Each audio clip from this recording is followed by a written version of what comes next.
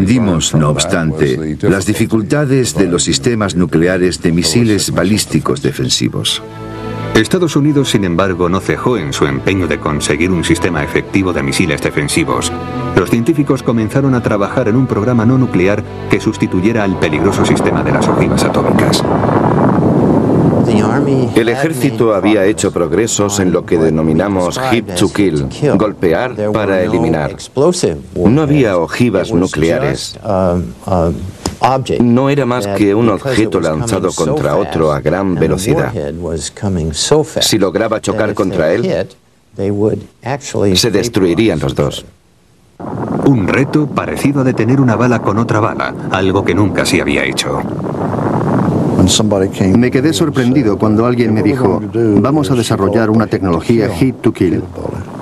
Le pregunté si íbamos a desarrollar un sistema de defensa basado en alcanzar a un objeto del tamaño de una pelota de baloncesto que viajaba a 24.000 kilómetros por hora.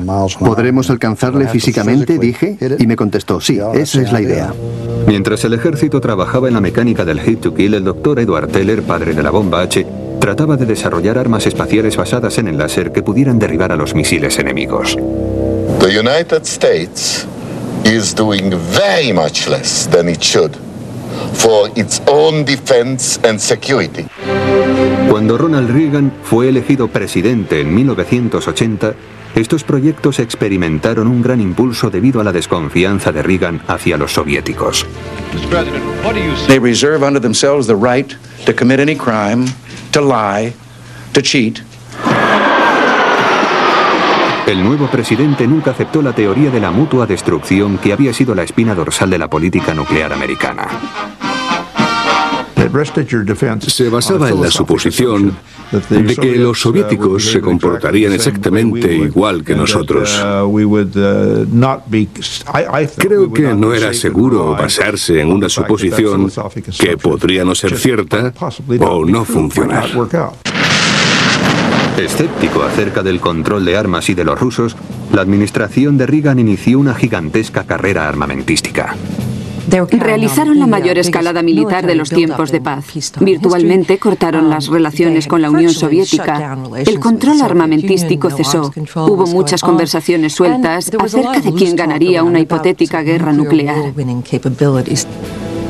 El presidente Reagan les dijo a los americanos que era un error hacer caso a los que adoptaban una postura conciliadora con los comunistas. To ignore the facts of history and the aggressive impulses of an evil empire, to simply call the arms race a giant misunderstanding, and thereby remove yourself from the struggle between right and wrong and good and evil.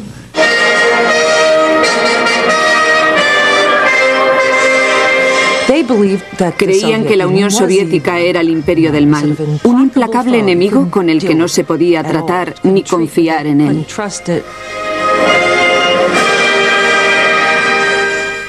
Aunque las palabras del presidente eran duras, no quería decir que buscara un enfrentamiento nuclear con los soviéticos. Solíamos realizar ejercicios en los que él jugaba el papel del presidente. Se preparaba un escenario en el que se había producido un lanzamiento. ¿Qué haría usted, señor presidente? Se horrorizaba ante la idea de tomar represalias y de que éstas matarían a cientos de millones de seres humanos. Reagan llegó a creer que los Estados Unidos conseguirían un escudo defensivo practicable que eliminaría la amenaza de una destrucción nuclear. Esta forma de pensar estaba fuertemente influenciada por una comunidad científica cercana al presidente Reagan, especialmente por Edward Teller. Eran los mismos arquitectos de la época nuclear que buscaban una forma de escapar de esta paradoja. Para estar seguro, hay que ser vulnerable. Me parece que el presidente Reagan creía que había alguna ganancia interna, dejando claro que pretendía defender a los Estados Unidos. En 1983, las duras tácticas de Reagan hacia la Unión Soviética hicieron surgir la oposición del Congreso y un creciente movimiento a favor de la congelación de los programas nucleares. La opinión americana se asustó. Los consejeros de Reagan estaban muy preocupados por este movimiento. Creían que podría detener el rearme militar e incluso hacer que peligrara la reelección de Reagan. hubo un descenso en sus porcentajes de popularidad que preocupó a algunos de sus consejeros. Por eso programaron una intervención televisiva en la que el presidente expondría sus planes de defensa de la nación. Aunque el texto había sido escrito y aprobado por su equipo, Reagan decidió añadirle un final sorpresa. Llamó a Weinberger día y medio antes de la intervención y le dijo: Cap, voy a ponerle mi propio final. Weinberger se quedó algo preocupado y preguntó: ¿en qué había pensado, señor presidente? Ya me ocuparé de eso, no se preocupe. Lo que Reagan tenía pensado era una barrera contra los misiles intrusos. El secretario de Defensa, Weinberger, que estaba en Europa en una conferencia de la OTAN, quiso informar a los aliados acerca del discurso presidencial. Sabía los efectos que esto iba a tener en los aliados europeos y lo leían tal como estaba, por eso quise prepararles. Pero en la Casa Blanca estaban interesados en que fuera una sorpresa y dijeron que no podría hacer nada hasta que se hubiera pronunciado el discurso. El 23 de marzo de 1983, al final de su alocución, Reagan expuso su concepto de escudo defensivo que, según él, envolvería a América en una burbuja protectora. What if free people could live secure in the knowledge that their security did not rest upon the threat of instant U.S. retaliation to deter a Soviet attack, but we could intercept and destroy strategic ballistic missiles before they reached our own soil or that of our allies? Reagan siempre dijo que él había inventado la idea, pero eso no era totalmente cierto, aunque sí se le ocurrió presentarla a la opinión pública. I call upon the scientific community in our country, those who gave us nuclear weapons, to turn their great talents now to the cause of mankind and world peace, to give us the means of rendering these nuclear weapons impotent and obsolete. Prometió al pueblo americano que en primer lugar traería la seguridad y que en segundo lugar se conseguiría la paz mundial. Fue él el que escribió el último y poético párrafo de su intervención, en el que decía que era una idea suya y de nadie más. Tonight we're launching an effort which holds the promise of changing the course of human history. There will be risks and results take time, but I believe we can do it. As we cross this threshold, I ask for your prayers and your support. Obviamente todo el mundo se preguntó: ¿de qué está hablando? ¿En qué está pensando? A los pocos días, la prensa acuñó un nombre atractivo para el ambicioso programa del presidente: Star Wars, la Guerra de las Estrellas. Aunque el nombre oficial del plan del presidente Reagan era Iniciativa para la Defensa Estratégica o SDI, fue el de Star Wars el que hizo mella en el público. Muchos aspectos del sistema propuesto parecían provenir de la ciencia ficción.